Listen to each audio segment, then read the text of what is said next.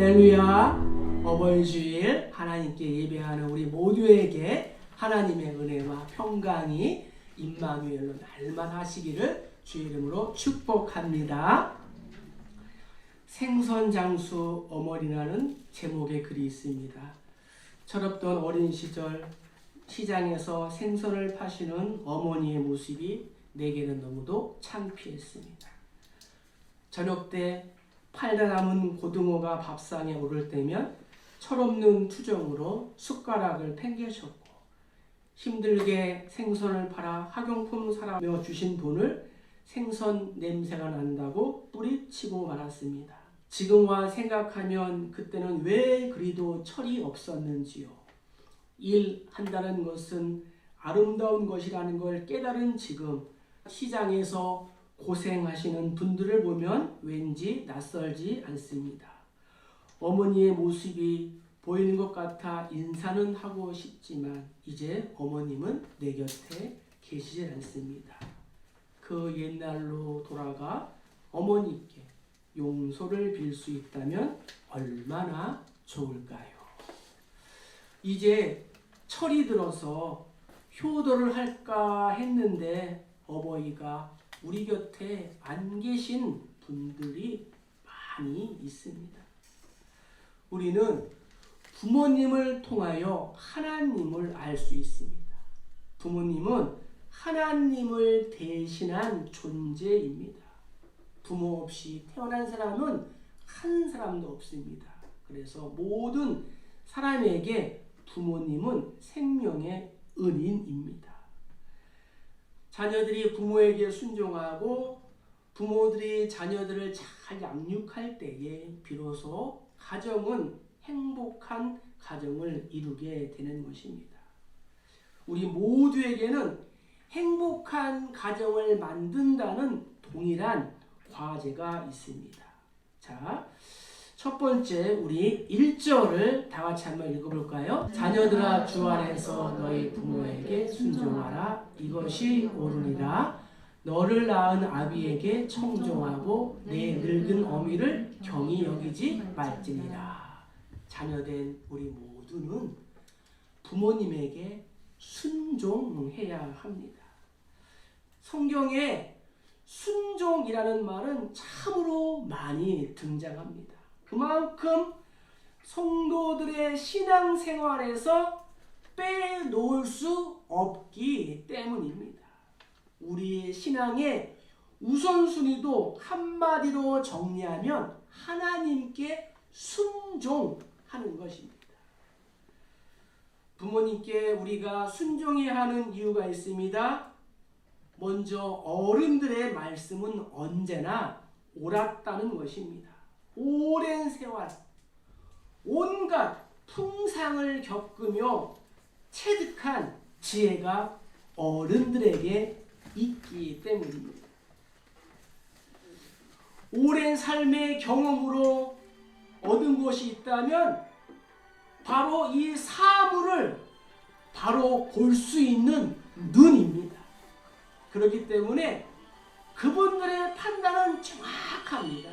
비가 오려나 하고 생각하면 정말 비가 오고, 장맛이 변하면 집안에 또 이웃의 변고가 생기기도 합니다. 부모님의 마음은 언제나 자녀를 위한다는 것입니다. 부모님의 마음은 언제나 자녀를 우선 순위하고 있습니다. 부모님들의 한결같은 바람은 자녀 생각, 자녀들이 잘 되는 것입니다. 자신은 비록 못 먹고 못 입고 살았다 해도 자녀들에게는 가난과 무식을 유산으로 물려주지 않기 위하여 기를 쓰고 공부를 시키는 것입니다.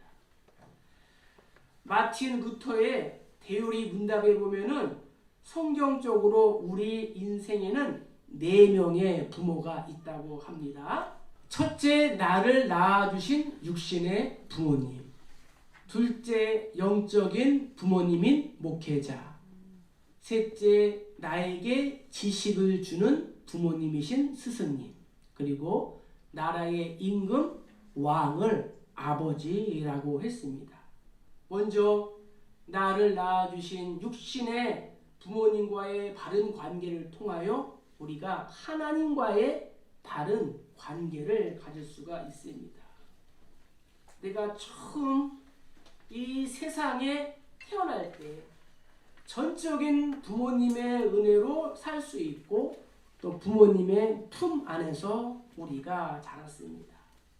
이 사실을 알고 감사하게 될 때에 우리는 영적인 은혜도 깨달을 수가 있게 되는 것입니다. 진자리 마른 자리 가라미시는 이 어머니의 사랑, 부모님의 사랑을 통하여 우리는 하나님의 사랑을 알 수가 있습니다. 내가 죄인 되었을 때에 내가 세상에서 아무것도 할 수 없는 연약한 존재였을 때에 예수님의 희생을 통하여 우리에게 구원을 주셨고 생명의 말씀으로 우리를 양육해 주셨습니다. 두 번째 영적인 부모님이 있는데 목회자라고 합니다. 가톨릭 교회에서는 이 교육자를 신부라고 합니다. 영적인 아버지죠. 영어로는 문자 그대로 아버지 파더입니다. 그래서 신부는 나이 고아를 막론하고 교인들을 대할 때에 자녀에게 하듯 말을 낮추어서 뭐뭐뭐 하게 이렇게 합니다. 신앙생활을 하는 가운데에 영적인 아버지인 목회자와 바른 관계를 맺어야 하나님과의 바른 관계를 가질 수가 있습니다. 한 가지 유념할 것은 주의 종들도 인간이기에 허물이 있습니다.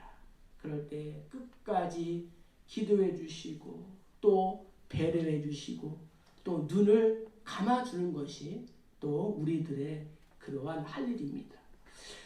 술 취한 아버지 노아의 벌거벗은 허물을 덮어준 셈과 야벳은 자손 만대의 복을 받았습니다. 그러나 아비의 허물을 들추어내고 고자질하고 비웃었던 함은 자손 만대의 저주를 받았습니다. 세 번째는 나에게 지식을 주는 부모님이 있는데 우리는 스승님이라고 말합니다. 그래서 우리가 스승을 말할 때에 뭐라고 불러요? 사부님이라고 부르는 겁니다. 우리 인생에 많은 스승님을 만나게 됩니다. 그 스승님, 선생님들이 나의 아버지라는 거죠. 그리고 마지막으로 나라의 아버지가 있는데 그분은 왕과 임금이라는 거죠. 국가의 원수를 존경하지 않는 나라와 백성은 불행합니다. 애국을 해야 하는데 조사해 보면은 리더십들이 이중 국적을 또 소유하고 또 이제는 내로남불하는 그러한 세상이 되었습니다. 오늘날 정치 지도자를 존경하는 마음이 사라지는 참으로 안타까운 아쉬운 시대를 살아가고 있습니다. 참으로 존경받는 리더십들이 나타나기를 우리가 기도해야 됩니다. 우리가 우리들의 고요하고 안전하고 평안한 삶을 위하여 나라의 임금을 위하여 기도하라 라고 성경은 말씀하고 있습니다. 자, 두 번째는 우리 2절을 한번 읽어보겠습니다. 내 아버지와 어머니를 공경하라. 이것은 약속이 있는 첫 계명이니 내 부모를 공경하라. 그리하면 내 하나님 여호와가 내게 준 땅에서 내 생명이 길리라. 두 번째 자녀인 우리들은 부모님을 공경해야 한다라고 성경은 말씀하고 있습니다. 공경이 무엇일까요? 공경은 부모님의 마음을 기쁘게 해드리는 것입니다. 기독교는 효의 종교입니다. 또한 그리스도인은 효자 성도입니다. 먼저 기독교가 말하는 이 효는 왜 효도를 해야 하는가? 그 이유가 분명합니다. 효도는 하나님의 명령이기 때문입니다. 여기에서 공경이란 뜻은 무겁게 여기라라는 그러한 단어입니다. 즉 높은 가치를 주라. 부모님에게 높은 가치를 해드려라라는 것이죠. 우리의 이 신체 중에 오장육부가 있죠. 그 중에 이 간이 있습니다. 어떤 사람은 간이 부은 사람도 있죠. 이 간. 이 간의 역할은 뭐예요? 독소를 빼주는 그러한 해독 작용을 해요. 그래서 이 간이 소중합니다. 그래서 이 공경이라는 단어는 우리의 오장육부 가운데에 중요한 이 간장과 같다라는 그러한 뜻입니다. 우리가 전능하신 하나님께 예배하며 이 존귀와 영광을 돌릴 때 이 존귀라는 그러한 단어도 공경이라는 그러한 단어와 같은 의미로 사용되고 있습니다. 내 부모를 공경하라. 이 계명은 우리가 적극적으로 실천하라는 그러한 명령입니다. 우리 10계명 중에서 다른 계명들을 한번 보세요. 다른 계명들은 모두 하지 말라. 우상 숭배 하지 말라. 살인 하지 말라. 간음 하지 말라. 거짓 증거 하지 말라. 도적질 하지 말라. 또 욕심 부리지 말라. 다 하지 말라. 하지 말라. 이렇게 기록되어 있습니다. 그러나 제5계명은 뭐예요? 내 부모를 공경하라. 이렇게 말씀하고 있습니다. 공경이라는 이 효도의 계명은 아무리 우리가 잘 감당한다 하더라도 끝없이 모자라고 또 부족한 계명입니다. 그래서 우리가 부모님 살아생전에 반드시 지켜야 하는 것이 바로 이 제5계명입니다. 자, 예수님의 어린 시절은 어땠을까요? 예수께서 함께 내려가사 나사렛에 이르러 순종하여 받드시더라. 열왕기상 2장 19절이요. 밧세바가 이에 아도니아를 위하여 말하라고 솔로몬 왕에게 이르니 왕이 일어나 영접하여 다시 여자에 앉고 그의 어머니를 위하여 자기를 뵙으니 그가 그의 오른쪽에 앉는 자. 아멘. 예수님의 어린 시절을 묘사하는 성경은 예수님의 육신의 아버지 요셉이 일찍 돌아가신 것 같아요. 그래서 장남으로 또 아버지의 그러한 가업을 이어받아 몫으로 육신의 어머니인 이 마리아에게 효도하며 가정을 잘 돌봤습니다. 십자가에서 한없는 고통을 당하시면서도 어머니를 불러주셨습니다.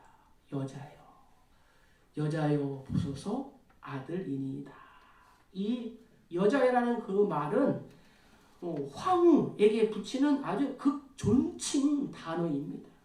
그리고 옆에 있던 이 제자 요한에게 어머니를 부탁했습니다. 그 후로 요한은 이 예수님의 어머니 마리아를 자신의 어머니같이 섬겼다고 성경은 말씀하고 있습니다. 내 어머니라. 요한아, 내 어머니다. 처절한 고통 중에서도 마지막까지 이 효를 갈무리하신 분이 바로 예수님이셨습니다.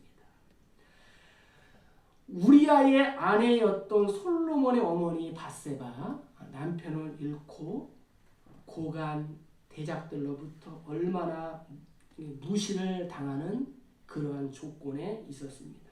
그러나 자식된 솔로몬은 아침마다 어머니를 문안하였다라고 성경은 말씀하고 있습니다. 우리가 예수를 믿고 구원을 받은 성도라면 예수님으로부터 이 효의 능력을 공급받아야 할 줄로 믿습니다. 그래서 기독교의 효는 예수님으로부터 그 힘을 공급받아서 섬기는 그러한 효이며 그러한 종교인 것입니다. 부모님의 소원은 자녀들이 또 출세하고 명예를 갖는 것도 중요하지만 그보다 더 큰 소원은 자녀들이 서로 화목하고 또 사랑하며 지내는 것입니다. 그것이 바로 부모님의 기쁨입니다. 그래서 우리가 부모님을 공경한다 하는 것은 부모님의 은혜를 안다라는 그러한 것과도 같은 것입니다. 그래서 우리가 순종이 소극적인 효도라 이렇게 말하면은 이 공경은 적극적인 효도다라고 말할 수 있습니다. 성경에 나오는 대표적인 효자로서 우리는 이삭을 꼽을 수가 있습니다. 이삭은 부모님에게 아주 효도했던 인물 중에 한 사람입니다. 이삭은 어려서부터 부모님에게 순종의 모범을 보였습니다. 한 번은 아버지에게 또 제물로 끌려간 적이 있었습니다. 이삭의 나이가 어떤 분은 10대다, 어떤 분은 20, 30대다 이렇게 말하지만 그때가 몇 살인지 우리가 정확히 알 수는 없지만 준비한 땔감을 이렇게 들고 갔을 정도면은 신체적으로 또한 정신적으로 어느 정도 성장을 한 나이였을 것입니다. 아버지 아브라함이 자신을 제물로 삼아 하나님께 번제로 드리려고 합니다. 자신을 묶어서 나무 위에 올려놓고 칼로 내리치려고 합니다. 그런데도 이삭은 반항하지 않았습니다. 대꾸하지 않았습니다. 아버지를 신뢰했습니다. 아버지를 존경했습니다. 자신을 결박할 때에도 충분히 도망칠 시간이 있었습니다. 아버지가 이삭을 몇 세에 낳았어요? 100세에 낳았습니다. 아버지는 상당히 늙었고 노쇠했을 것입니다. 그럼에도 아버지를 밀치고 산 아래로 도망가지 않았습니다. 아버지의 뜻을 따르기 위해서입니다. 아브라함의 종이 이삭의 며느리감으로 리브가를 데리고 왔을 때도 생각해 보세요. 그는 아내가 예뻐서 그랬는지는 모르지만 아버지의 선택에 아무런 불평을 말하지 않고 그대로 순종했습니다. 저도 어제 장모님 댁을 잠시 다녀왔습니다. 또 부족하지만 또 용돈도 드리고 또 식사도 하고 왔습니다. 우리 모두는 부모님께서 살아 계실 때에 효도를 해야 합니다. 이제 부모님들이 안 계신 그러한 분들은 교회의 어른들에게 효도하시면 됩니다. 하나님이신 예수님도 자신을 비우시고 사람의 모양으로 나타나시고 자기를 낮추시고 십자가에 죽기까지 하나님께 복종하고 순종하셨습니다. 예수님의 순종을 본받아서 우리 모두 부모님을 또한 이웃의 어른들을 공손하고 또 존경하게 대해야 될 줄로 믿습니다. 그리고 또 나를 예정하시고 나를 부르시고 또 구속하시고 보호해 주시는 하나님의 은혜에 감사해야 될 줄로 믿습니다. 자, 세 번째 우리 2절과 3절을 한번 읽어보겠습니다. 내 아버지와 어머니를 공경하라. 이것은 약속이 있는 첫 계명이니 이로써 내가 잘되고 땅에서 장수하리라.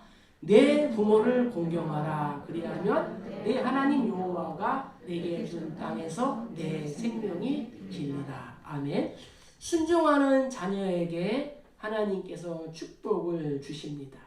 성경은 말씀에 순종하고 부모님을 공경하여 얻은 복이 약속 있는 첫 계명이다 라고 말씀하고 있습니다.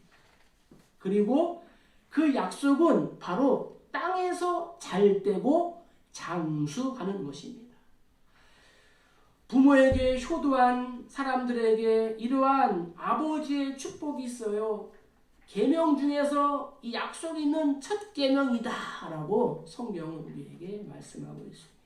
그러므로 우리가 땅에서 형통하기를 원한다면 부모에게 효도하면 됩니다. 또 땅에서 장수하기 원한다면 효도하는 것입니다. 부모에게 순종하고 부모를 공경하는 것이 바로 장수와 축복의 비결이다 라고 성경은 우리에게 말씀해 주고 있습니다. 땅에서 잘 되는 것, 이 모든 사람들의 소원입니다. 요즘 자녀들은 효도를 또 잘하는 자녀들도 있지만 또 바빠서 또 효도를 못하는 그러한 자녀들도 있습니다. 왜 이렇게 되었을까요? 부모들은 자녀를 탓하고 있습니다. 그러나 우리가 자녀들만을 탓할 일은 아니다. 왜냐? 자녀들은 부모에게서 배웠습니다. 어려서부터 어른들에 대한 부모의 태도를 보고 그대로 답습합니다. 어려서 보고 자란 이 자녀들이 어른이 되면서 자신들이 본 그대로를 행하는 것입니다. 그래서 그렇게 보여준 어른들의 책임도 있다는 것입니다. 자, 우리 신명기 12장 말씀을 한번 읽겠습니다. 내가 내게 명령하는 이 모든 말을 너는 듣고 지키라. 내 하나님 여호와의 목전에 선과 의를 행하면 너와 내 자손에게 영구히 복이 있으리라. 아멘. 부모에게 순종하며 또 공경하며 말씀대로 살아가는 성도에게 특별한 상급이 있는데 그것은 뭐예요? 내게 준 땅에서 내 생명이 길리라. 또 내가 잘되고 땅에서 장수하리라. 또 내 후손에게 영원한 복이 있으리라. 라고 성경은 우리에게 말씀하고 있습니다. 이렇게 금생과 내생의 복이 있습니다. 이 부모님을 공경한다는 것 약속 있는 계명이에요. 보너스가 두둑한 계명이에요. 땅에서 잘 되고 이 내생과 금생에 이러한 복이 있는 것이 바로 이 제5계명입니다. 우리가 성경을 보면은 부모님에게 효도한 사람들이 한결같이 큰 축복을 받고 사는 것을 알 수가 있습니다. 이삭과 또 요셉, 셈과 야벳, 다윗과 솔로몬 등 성경의 위인들은 모두 한결같이 이 땅에서의 효자의 삶을 살았습니다.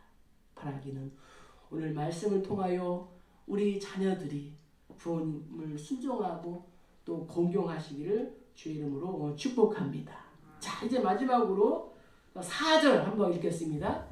또 아비들아 너희 자녀를 노엽게 하지 말고 오직 주의 교훈과 훈계로 양육하라. 이제 부모된 우리들의 또 해야 할 일이 있다라고 성경은 말씀하고 있습니다. 부모는 자녀들에게 어떻게 대해야 할까요? 성경은 자녀들을 노엽게 하지 말라고 말씀하고 있습니다. 자녀는 우리 부모의 소유가 아니라는 거죠. 하나님의 선물이에요. 하나님께서 얼마 동안 부모에게 위탁을 해 주신 것입니다. 따라서 저들도 아직 나이가 어리지만 어른들과 똑같은 인격을 지니고 있다는 것입니다. 자녀들을 노엽게 하지 말라는 것은 자녀의 인격을 침해하지 말라는 것입니다. 자녀들의 마음에 상처를 주지 말라는 것입니다. 성경은 분명히 부모에게 주의 교훈과 훈계로 양육하라고 말씀하고 있습니다. 이 세속화된 세상에서 우리 자녀들을 또 손주들을 바로 인도해 줄 수 있는 것은 우리의 길의 빛이요 또 발의 등이 되는 말씀밖에 없음을 믿으시기를 축복합니다. 그래서 디모데는 이렇게 우리에게 권면하고 있습니다. 모든 성경은 하나님의 감동으로 된 것으로 교훈과 책망과 바르게 함과 의로 교육하기에 유익하니 이는 하나님의 사랑으로 온전하게 하며 모든 선한 일을 행할 능력을 갖추게 하려 함이라. 아멘. 부모가 자녀를 양육하는 건 참으로 중요합니다.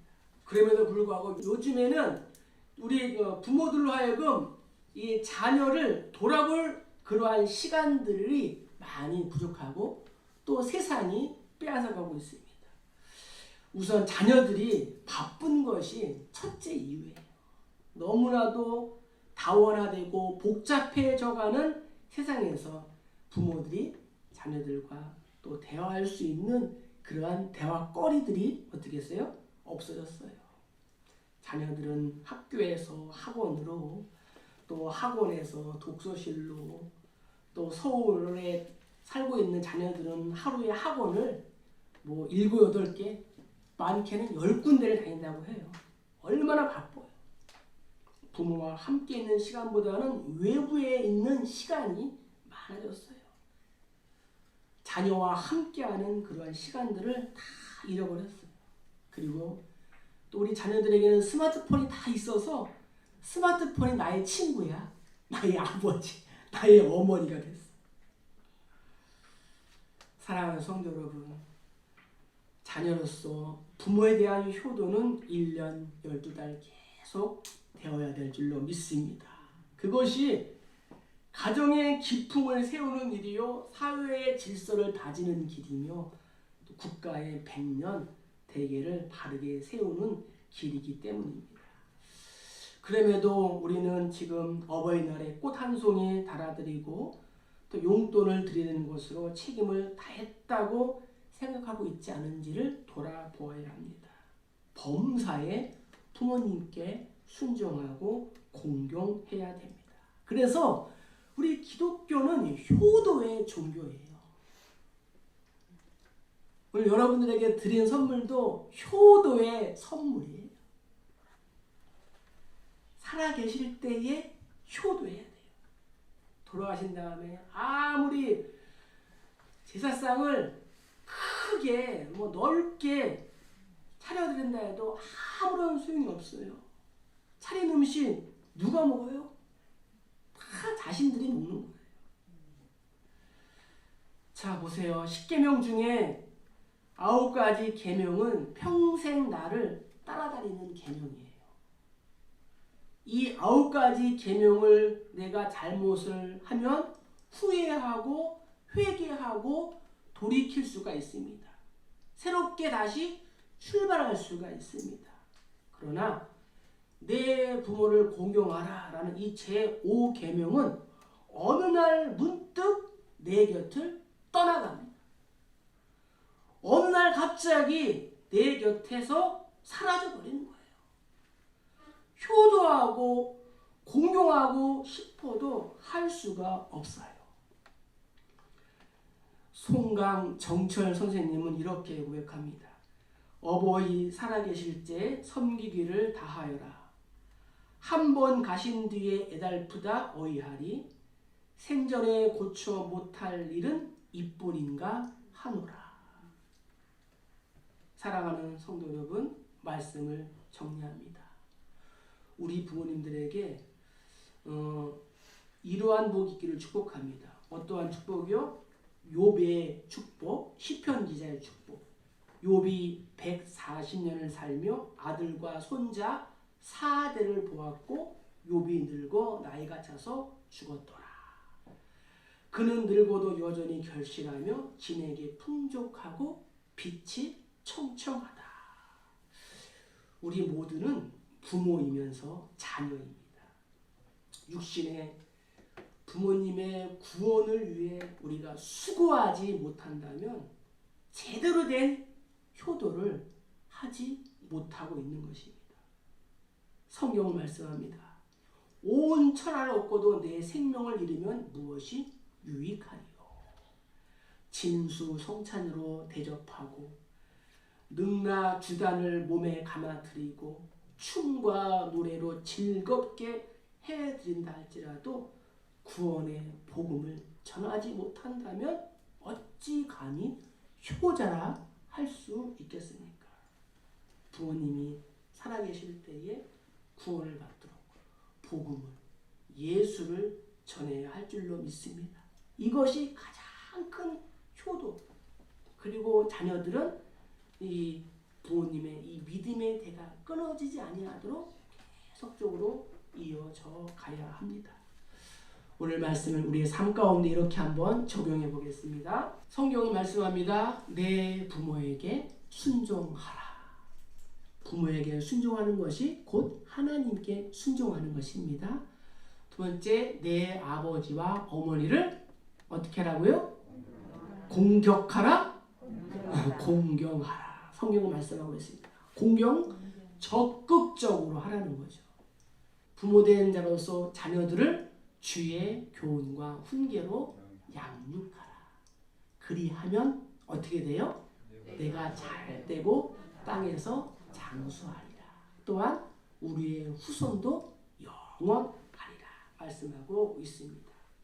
주 안에서 부모에게 순종하는 자녀가 되게 하옵소서. 자녀들을 노엽게 하지 말고 십자가의 삶을 살아가는 부모가 되게 하여 주옵소서. 그리하여 땅에서 잘 되고 또 장수하고 형통한 복을 누리시는 우리 모두 다 되시기를 주의 이름으로 간절히 축복합니다. 축복합니다.